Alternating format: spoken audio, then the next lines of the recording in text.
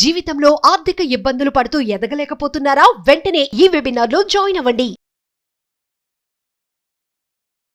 నమస్తే, welcome back to Suman TV. నేను మీ సంజయ్. ఈరోజు మనతో పాటు ఉన్నారు ఇంటర్నేషనల్ మోటివేషనల్ స్పీకర్ మరియు లా ఆఫ్ అట్రాక్షన్ కోచ్ అయిన సురేష్ గారు. ఆయనతో మాట్లాడి కొన్ని విషయాలు తెలుసుకుందాం.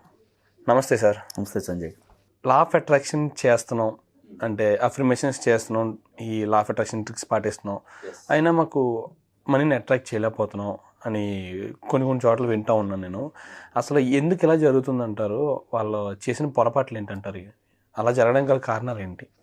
అంటే ఇక్కడ డిఫరెంట్ మైండ్ సెట్ పీపుల్స్ ఉంటారు. ఒక వ్యక్తి తారా జోలాగా ఎదుగుతాడు, రాకెట్ లాగా ఫాస్ట్గా. ఒక వ్యక్తి ఎదిగిన చోట కింద పడిపోతుంటాడు. సో ఇక్కడ ప్రతిదానికి ఆ వ్యక్తులే కారణం. నాకు చూడండి, భగవద్గీతలో కూడా రాస్తుంది, నీ ఆలోచనలే నీవు కింద పడతావా పైకి వెళ్తావా ఏం జరుగుతుంది అనేది నువ్వు ఏమని అనుకుంటావో అలా తయారవుతావు. నేను చాలా గొప్పవాడిని అవుతానని అనుకుంటప్పుడు ఆ గొప్పతనాన్ని గురించినటువంటి క్రియేటివిటీని మైండ్లో కలిగి ఉండాలి. ఇక్కడ చాలామంది మాట అంటుంటారు, నేను చాలా పెద్ద స్థాయికి వెళ్ళాలని. ఫీల్స్ రాదు లోపల నుంచి. అతనే నమ్మడు ఫస్ట్.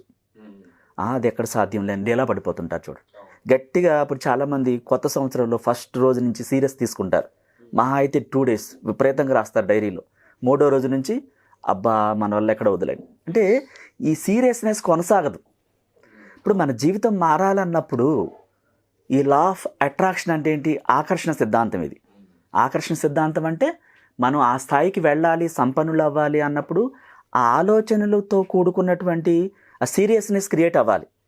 నేను ఆ స్టేజ్లో ఉన్నాను, నా దగ్గర చాలా డబ్బు ఉంది, నా క్రియేటివిటీ ఉంది, నాకు అంతులేని జ్ఞానం ఉంది, నా వల్ల ఏదైనా సాధ్యమే. ఈ పాజిటివ్ మాటలు కాకుండా మన వల్ల ఎక్కడవుతుంది, అదంటే చాలా కష్టం, వాళ్ళంటే గొప్పవాళ్ళు, మనకంత సీన్ లేదు అంటూ ఫ్రెండ్తో తను చెప్పేస్తుంటాడు తన లోపాలు. అంటే నాకంత క్రియేటివిటీ లేదు, నాకంత తెలివి లేదు అంటాడు. యూనివర్స్ ఏం తీసుకుంటుంది? తెలివి లేనితనంగా తయారు చేస్తుంది. ఆ మాటలు సీరియస్నెస్ క్రియేట్ అవుతాయి. ఇప్పుడు పెద్దవాళ్ళు అప్పుడప్పుడు చాలామంది డిప్రెషన్లో ఉన్నప్పుడు వాళ్ళని హింసించుకునేలా మాట్లాడుతున్నప్పుడు అంటారు, పెద్దవాళ్ళు బామ్మలు, నానమ్మలు, తాతయ్యలు, అమ్మమ్మలు వీళ్ళేమంటారు, అట్లా అనుకో తదాస్తు ఎవరు తిరుగుతుంటారు అంటారు. అంటే ఆ మాటలు తదాస్తు అంటే నిజమైపోతాయి అని. సో కనీసం తన సాటిస్ఫాక్షన్ కూడా లేకుండా ఆ విధంగా మాట్లాడకూడదని సంగతి తెలియదు. అంటే తన జీవితం బాగుండాలని తనకి ఉంటుంది, కానీ సరైన గైడెన్స్ ఇచ్చేవాళ్ళు లేరు. ఒక వ్యక్తి అత్యంత సంపన్నుడిగా, ఒక వ్యక్తి పేదవాడిగా ఉండటానికి కారణం వారి ఆలోచనలే, వారి క్రియలే. ఇప్పుడు చాలామంది చూడండి, డబ్బు ఉంటే అనాథాశ్రమాలకు వెళ్ళి కొంతమంది ఆ ఆహారాన్ని తయారు చేసి తీసుకెళ్ళి వాళ్ళకి వడ్డిస్తూ ఏడుస్తూ ఉంటారు. అవును సార్. సో దాన్ని ఏమని వెళ్తుంది సంకేతం అక్కడికి? నీకు ఈ స్థితి నచ్చిందా అంటే ఈ పేదరికాన్ని కోరుకుంటున్నావా అని ఆ ఫీల్ అయినటువంటి అయ్యో పాపం దేవుడా నువ్వు ఉన్నావా అన్న ఫీలింగు ఏం చేస్తుంది? ఆ స్థితికి చాలా దగ్గరగా తీసుకెళ్తుంది. ఓ నీకు ఈ స్థితి కావాలా, నీ ఆస్తి అంతా పోయి నువ్వు ఇక్కడ కూర్చోవాలా అంటూ ఆస్తి అంతా చేసి తీసుకెళ్ళి అక్కడ కూర్చోబెడుతుంది. అంటే వాళ్ళు ఆల్రెడీ కొంచెం డబ్బు ఉన్న వాళ్ళు ఈ ఫీలింగ్స్ని సాడ్గా రిలీజ్ చేశారు, ఫీల్ అయిపోయారు. వాళ్ళ ఆ ఆర్థిక పరిస్థితులు, వాళ్ళు అక్కడ చాలామంది బ్లైండ్ పీపుల్స్ ఉంటారు, గుడ్డి వాళ్ళు ఉంటారు, కుంటి వాళ్ళు ఉంటారు. అనాథులు అంటే ఏంటి? సంపన్నులు కాదు, పేదరికం. రోడ్డు మీద ఎవరన్నా భిక్షగారిని కానీ అనాథలు కానీ చూస్తుంటే ఆటోమేటిక్గా జాలి వేస్తుంది, బాధ అనిపిస్తుంది. ఇప్పుడు అసలు వాళ్ళని చూడకూడదు అంటారా మీరు అన్నదాన్ని బట్టి? అంటే నేను అనేది మన ఆత్మ, మనలోని సబ్ కాన్షియస్ మనసు నువ్వేం చూపిస్తావో దానికి వచ్చేలా చేస్తుంది, ఆకర్షిస్తుంది. సో మనం ధనవంతులు అవ్వాలన్నప్పుడు ధనవంతులు ఎలా అయ్యారో వాళ్ళని చూస్తూ ఉండాలి. వాళ్ళు ఎలా సంపాదిస్తున్నారు వాళ్ళని అప్రిషియేట్ చేస్తూ నేను అలా అవ్వాలని వాళ్ళని అనుసరించాలి. చూడండి, ఒక దొంగతో సావాసం చేస్తే ఒక 6 నెలల తర్వాత ఈ లక్షణాలన్నీ అతనికి సంబంధించినవి తనకు వస్తాయి. అందుకే చాలామంది ఫ్రెండ్స్ ఒక కొంచెం అల్లరి చేస్తున్న వ్యక్తితో తిరగొద్దు, ఎందుకు తిరుగుతున్నా వాడుతో అని చెప్పేసి తిరగలేకుండా ఆపుతారు, కంట్రోల్ చేస్తారు. వాడికిలే తయారవుతాను వీళ్ళే అంటుంటారు. దాని అర్థం ఏంటి? మనం ఏం చూస్తే దాన్ని పొందుతాం. అవును. ఇప్పుడు మనకు ఒక అద్భుతమైన వస్తువు, ఒక సూటు లేదా ఒక లగ్జరీ ఫోను ఏదో కనిపించింది, భలే ఉంది కదా ఇదని మనసుకి అక్కడికి వెళ్తుంది. ఆలోచనలని ఇష్టం దాని మీదకి ఆకర్షణ వెళుతుంది. ఇది నాకు చాలా బాగా నచ్చింది అన్నప్పుడు ఫీల్ అయ్యారు అక్కడ మీరు. అది ఆటోమేటిక్గా మిమ్మల్ని కొనేలాగా అనేక ఊహించని మార్గంలో సడన్గా మీకు మనీ వచ్చేలా చేసి అది కొనేలా చేస్తుంది. ఇక్కడ కూడా పేదరికంగా ఉన్న వాళ్ళని మనం కలవద్దని కాదు, సహాయం చేయొద్దని కాదు, దానికి ఒక లెక్క ఉంటుంది. బిల్ గేట్ అనేవాడు చూడండి, ఎక్కడ కూడా డైరెక్ట్గా అనాథాశ్రమాలకు వెళ్ళి బెగర్స్ దగ్గరికి వెళ్ళి దానం చేస్తున్నట్టు ఒక ఫోటో కనిపించదు. అవును. కేవలం గురువుల ద్వారా సహాయం చేస్తారు. 10% వచ్చిన దాంట్లో అంటే కుడి చేత్తో చేసిన సహాయం ఎడం చేతికి తెలియకూడదు. అక్కడితో వదిలిపెట్టేయాలి. నువ్వు సహాయం చేసావు, నేను చేశానని చెప్పేసి దాన్ని ఫేస్బుక్లో పెట్టుకుని 100 మంది చూపించటాలు చెప్పటాలు ఇలాంటివి చేస్తే దానికి ఫలితం 0.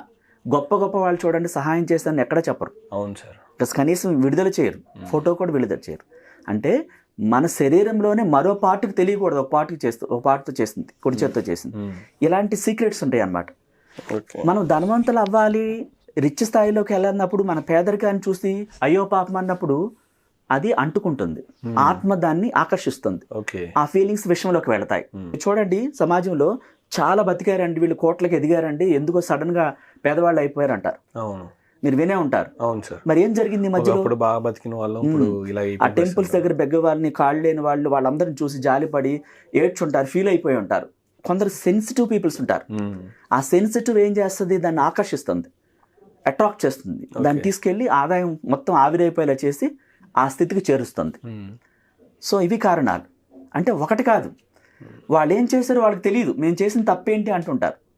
సో మన వీడియోలు చూసి చాలామంది కాల్ చేసి అదే అడుగుతుంటారు, సార్ కరెక్ట్గా మేము ఇలాగే చేసాము, మాకు ఇలాగే పోగొట్టుకున్నాం, నిజంగా మీరు జరిగినట్టు లైవ్ చూసినట్టు చెప్పారు అంటారు. అంటే వాళ్ళు ఆ విధంగా మనసుని ఆ పేదరికంగా ఉన్న వాళ్ళని చూసి జాలి తలవటం, లేకపోతే వీళ్ళు సొంత చెల్లి అక్కో తమ్ముడో అడిగారని చెప్పేసి వీళ్ళ దగ్గర ఉన్న మనీ వాళ్ళకి ఇస్తే వీళ్ళకి కావాల్సిన సమయానికి వాళ్ళు రివర్స్ అవటం, అంటే వాళ్ళు జాలి తెలిసారు. సో నీ దగ్గర మనీ ఉంటే అకౌంట్లో వేసుకోవాలి, లేదా 10% దానం చేయాలి, మళ్ళీ మనీని ఆకర్షించాలి. సపోజ్ నువ్వు చేయాలనిపించింది, ఫ్రెండ్కో చెల్లికో అమ్మకో చేసావు, అక్కడితో అది వస్తుందా అని చెప్పి ఉద్దేశంతో చేయకూడదు, ఇక అది వదులుకోవాలి. సో వాళ్ళ మైండ్ సెట్ వేరు, మీ మైండ్ సెట్ వేరు, మీలోని ఆత్మ వేరు, మీ క్యారెక్టర్ వేరు, మీ బిహేవియర్ వేరు, మీలాగా ఇతరులు చేయరు. ఒక్కొక్క వ్యక్తికి డిఫరెన్స్ ఉంటుంది. అంటే ఆత్మలు వేరువేరుగా ఉంటాయి, ఆకర్షించే విధానం వేరువేరుగా ఉంటాయి, హ్యాబిట్స్ వేరుగా ఉంటాయి, బిహేవియర్ అంటే ప్రతిదీ వేరువేరు, మ్యాచ్ కాదు ఎక్కడ. అక్కడ దాకా మీకు కాఫీ ఇష్టమైతే నాకు టీ కావాలంట, ఇక్కడ ఎక్కడ మ్యాచ్ కావట్లేదు. ఈ మ్యాచ్ కాని విషయాల్లో మనం చాలా వరకు పోగొట్టుకుంటాం. అంటే యూనివర్స్ రహస్యాలు ఉంటాయి చాలా విషయాలు, అవన్నీ తెలిసినప్పుడు మనిషి ఎక్కడ కూడా దెబ్బతిరడు. బిల్గేట్ అనేవాడు చూడండి, ఇంతవరకు ఎక్కడ ప్రతి సంవత్సరం ఆ మైక్రోసాఫ్ట్లో లాస్ వచ్చిందని ఒక సంవత్సరం ప్రకటించలేదు. అవును సార్. ఎక్కడ కూడా ఆ కంపెనీ యూనివర్స్ నియమాల ప్రకారం ఒక లా ఆఫ్ అట్రాక్షన్ గురువు ఏం చెప్పాడో అలా స్థాపించి ఆ నియమాలు సీరియస్గా తీసుకుని పాటిస్తూ ఉంటారు. బయట ఎక్కడ మీరు అంటుంటారు చాలా మంది, సార్ బిల్గేట్స్ అన్ని లక్షల కోట్లు కొన్ని అనాథాశ్రమాలు కట్టించవచ్చు కదా, ఓ టెంపుల్ కట్టించవచ్చు కదా అంటారు. అది యూనివర్స్ నియమాలకి విరుద్ధం. చేయాలంటే వాళ్ళు చేస్తారు, 10% దానం చేస్తున్నారు, ఇంకో కంపెనీ పెట్టి ఎంప్లాయ్మెంట్ ఇస్తుంటారు లక్షల మందికి. సో కొన్ని కుటుంబాలు, లక్షల కుటుంబాలు జీవిస్తున్నాయి, అలా చేస్తూ ఉంటారు. అంటే సంపన్నుడు అవ్వాలంటే నువ్వు సంపదనే చూడాలి. థ్యాంక్ యూ గాడ్ అని చెప్తాడు, అదే పనిగా పూజలు చేయడు. అంటే మనీని అట్రాక్ట్ చేయడానికి, మనీకి సంబంధించిన విషయాల్లో ఆ సీరియస్నెస్ ఉండాలి, ఆ పట్టుదల, ఎనర్జీ లెవెల్స్ ఆ సంపద మీదే ఉండాలి. ఉండట్లేదు అంటే నెగిటివ్స్ ఉన్నట్లెక్క. గట్టిగా స్థిరంగా నేను ఉండలేకపోతే చాలామంది అంటూ ఉంటారు, సార్ నేను మెడిటేషన్ చేయలేకపోతున్నానండి, ఏవేవో వస్తున్నాయి నాకు, ఏవేవో కనిపిస్తున్నాయి అంటారు. డబ్బు కనిపించట్లేదు అంటే ఎనర్జీ లెవెల్స్ తక్కువగా ఉండి నెగిటివ్ లెవెల్స్ ఎక్కువగా పెరిగిపోయినాయి. కొన్ని కోట్లలో, లక్షల్లో కొంతమంది పెరిగిపోతాడు నెగిటివ్స్. కారణం వాళ్ళు తప్పు కాదు, వాళ్ళు పెరిగిన వాతావరణం, ఆ విలేజ్లో లేనితనం ప్లేస్లో చుట్టూ ఉండే లేబర్ కానీ చూస్తూ రెగ్యులర్గా వాళ్ళనే చూస్తుంటారు. మన కళ్ళు ఏం చూస్తే వాటిని ఆకర్షిస్తాయి. చూడండి, ఒక గాలం వేసేవాడు చెరువు దగ్గర చేపలు పట్టేవాడు, లేకపోతే కాలువ దగ్గర ఆ గాలానికి ముళ్ళుకి ఏం పెడతాడు, ఒక నత్త కానీ చిన్న చేప కానీ ఎరగాని పెడతాడు. సో ఉట్టి ముళ్ళు వేస్తే చేప పడిద్దా ఎన్ని రోజులైనా? పడదు. ఆకర్షణ, దానికి కావాల్సిన పెద్దదానికి చిన్నదాన్ని అట్రాక్ట్ చేస్తున్నాడు. సో వెంటనే అది వచ్చి పట్టుకుంటే లాగుతాడు. అంటే ఈ ఆకర్షణ సిద్ధాంతం మన నుంచి మనకు డబ్బు కావాలి, కలిగి ఉన్న ఫీలింగ్స్ అలా వెళ్ళాలి. ఏది ఇవ్వకుండా ఏది రాదు, ఫ్రీ లాంచ్ అంటూ ఏది లేదు ఈ విశ్వంలో. మన నుంచి ఏదో ఒకటి వెళ్ళాలి, వెళ్ళినప్పుడే మనం పొందుతాం. అంటే దానికి లిమిట్స్ ఉంటాయి. ఆ సమయం, సపోజ్ బ్రహ్మముహూర్తం సమయం అంటాం, ఆ సమయం ఏంటంటే పీస్ ఆఫ్ మైండ్తో ఉంటుంది. కొన్ని కోట్ల మంది నిద్రలో ఉంటారు, ఆలోచనలు వెళ్ళే స్థాయి తక్కువగా ఉంటుంది. సో మనం సపోజ్ మనం ఎయిర్పోర్ట్కి వెళ్ళాలి, ఎర్లీ మార్నింగ్ ఫ్లైట్కి వెళ్తుంటారు చాలామంది. అప్పుడు చూడండి రహదారి ఎంత తక్కువగా, అసలు ఎక్కడో ఒక పర్సన్ కనిపిస్తాడు, చాలా ఫాస్ట్గా వెళ్తారు. అదే అందరూ ఆఫీసులన్నీ ఓపెన్ అయిపోయిందో 10 o'clock వెళ్ళండి, ప్రతి చోట ఆగుతూనే వెళ్తాం. ఇక్కడ కూడా చాలా మంది నిద్రపోతారు, ఆ నిద్రలో ఆలోచనలు ఆగిపోతాయి. ఎవరి ఆలోచనలు విశ్వంలోకి వెళ్ళవు, అవును. కోట్ల మంది. సో ఎవరో రేర్ పీపుల్స్ ఆ 3 ఎవరు లేస్తారు? యూనివర్స్ బ్లెస్సింగ్స్ ద్వారా కొంతమందే లేస్తారు, యూనివర్స్ అనుగ్రహంతో ఆటోమేటిక్గా లేస్తారు.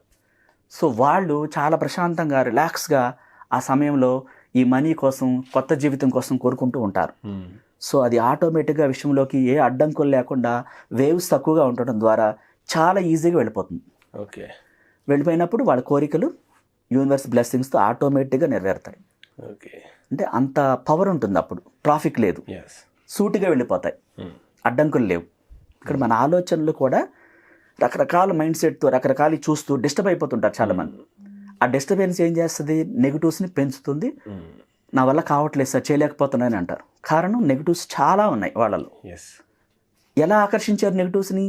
చిన్ననాటి నుంచి ఆ పెరిగిన చుట్టూ వాతావరణం, స్నేహితులు, ఇంట్లో వాళ్ళు చాలామంది నెగిటివ్స్తో నిండిపోయి ఉంటారు. వాళ్ళ మధ్యలో ఉండి వాటినే వీళ్ళు తెలియకుండా, ఇందాక చెప్పాను చూసారు, ఒక దొంగతో సావాసం చేస్తే 6 నెలలకి వీళ్ళు వాళ్ళు అవుతారు.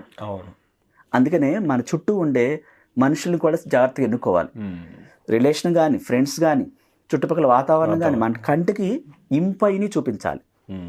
సో ఏది చూపించకూడదు అది చూపించకూడదు. మనం చూసిన దాన్ని ఆకర్షిస్తాం. అవును. నెగిటివా పాజిటివా రెండు రిలీజ్ చేస్తుంటారు.